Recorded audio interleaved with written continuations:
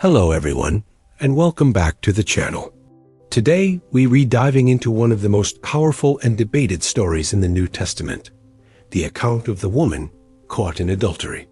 It's a story that challenges our notions of justice, mercy, and what it truly means to follow the path of love and forgiveness. You can find this passage in the Gospel of John, chapter 8. It's a short story, but its impact has echoed through centuries. Let's set the scene. Jesus is teaching in the temple courts in Jerusalem. A crowd has gathered, eager to hear his words. Suddenly, the atmosphere shifts. A group of scribes and Pharisees, the religious leaders of the day, barge in, dragging a woman with them. They throw her down in front of everyone, a public spectacle of shame. Their accusation is sharp and clear. "Teacher, this woman was caught in the act of adultery." Now, it's important to understand the context here. According to the law of Moses, specifically in Leviticus and Deuteronomy, the punishment for adultery was death by stoning. The Pharisees weren't just bringing a legal issue to Jesus. They were setting a trap. They state the law. In the law, Moses commanded us to stone such women. Now, what do you say? This was a brilliant, albeit malicious, dilemma. If Jesus said, "Don't stone her," he could be accused of defying the sacred law of Moses, undermining his authority as a teacher. But if he said, "Stone her," he would not only violate the Roman law, which reserved the right of capital punishment for itself, but he would also betray his own message of mercy, compassion, and love. His enemies thought they had him cornered. The crowd holds its breath. All eyes are on Jesus. And what does Jesus do? He does something completely unexpected. He doesn't answer immediately. Instead, he bends down and starts writing on the ground with his finger. The Bible doesn't tell us what he wrote. Scholars and theologians have speculated for ages. Was he writing the sins of the accusers? Was he writing the 10 Commandments? Maybe he was just doodling, a simple act to de-escalate the intense, hate-filled confrontation. Whatever he wrote, his silence and this simple action are profound. It shifts the focus. The accusers, impatient and hungry for a verdict, press him again for an answer. Finally, Jesus straightens up and delivers one of the most famous lines in all of Scripture. "Let any one of you who is without sin be the first to throw a stone at her." Wow! Just let that sink in. He doesn't abolish the law. He doesn't condemn the woman. Instead, he turns the spotlight of judgment back onto the accusers themselves. He holds up a mirror to their own hearts. The law demanded justice, but Jesus introduces a prerequisite for being a judge: personal perfection. Who among them could claim to be completely without sin? Who was worthy to cast that first fatal stone? After saying this, he bends down again and continues writing on the ground. The silence must have been deafening, broken only by the sound of his finger tracing in the dust. One by one, the accusers begin to leave. The Bible notes that they left from the oldest to the youngest. Perhaps the older men, with more life experience, were more acutely aware of their own failings and the weight of their own sins. They came as a self-righteous mob, but they left as convicted individuals.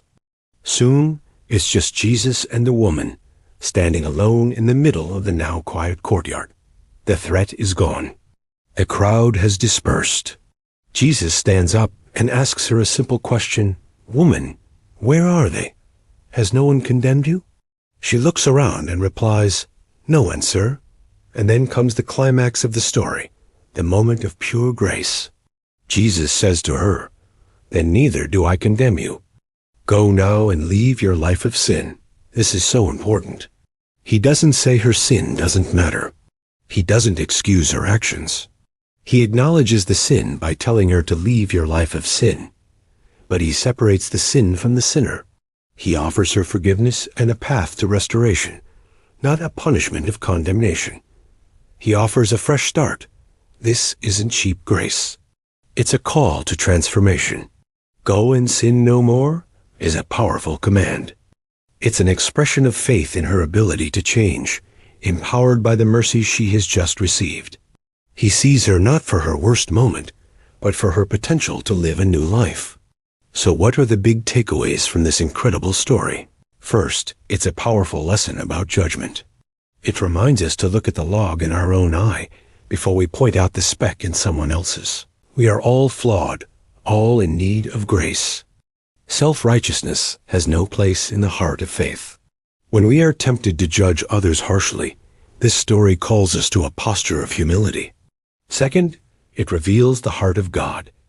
The Pharisees represented a religion of rigid rules, harsh penalties, and public shaming. Jesus represents a relationship based on mercy, forgiveness, and personal restoration. He stands with the outcast, the shamed, and the broken. He doesn't condone the sin, but he fiercely loves the sinner. He values people over rules. Third, it's a story of hope and second chances. No matter what we've done, no matter how far we feel we've fallen, this story tells us that condemnation is not the final word. Forgiveness is available. A new beginning is possible. The woman was defined by her accusers, by her worst act. Jesus defines her by her future potential. He invites her, and us, into a new way of living. This story challenges us today. In a world, especially on social media, where public shaming and cancel culture can be rampant, how do we respond? Do we join the mob, ready to cast our stones of judgment? Or do we follow the example of Jesus, bending down in humility, offering grace, and inviting people toward a better path? It's a call to create communities of grace, not arenas of condemnation. Places where people can be honest about their struggles without fear of being cast out, and where they can find the support they need to change and grow. It's about seeing the humanity in every person, even when we disagree with their actions. The story of the woman caught in adultery isn't just an ancient account. It's a living lesson for our daily lives.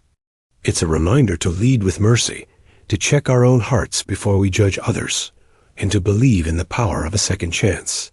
Thank you so much for joining me today to explore this profound story. I'd love to hear your thoughts in the comments below. What does this story mean to you? How does it challenge or inspire you? If you found this reflection valuable, please give this video a thumbs up and consider subscribing for more content that dives deep into these timeless narratives. Until next time, take care and lead with grace.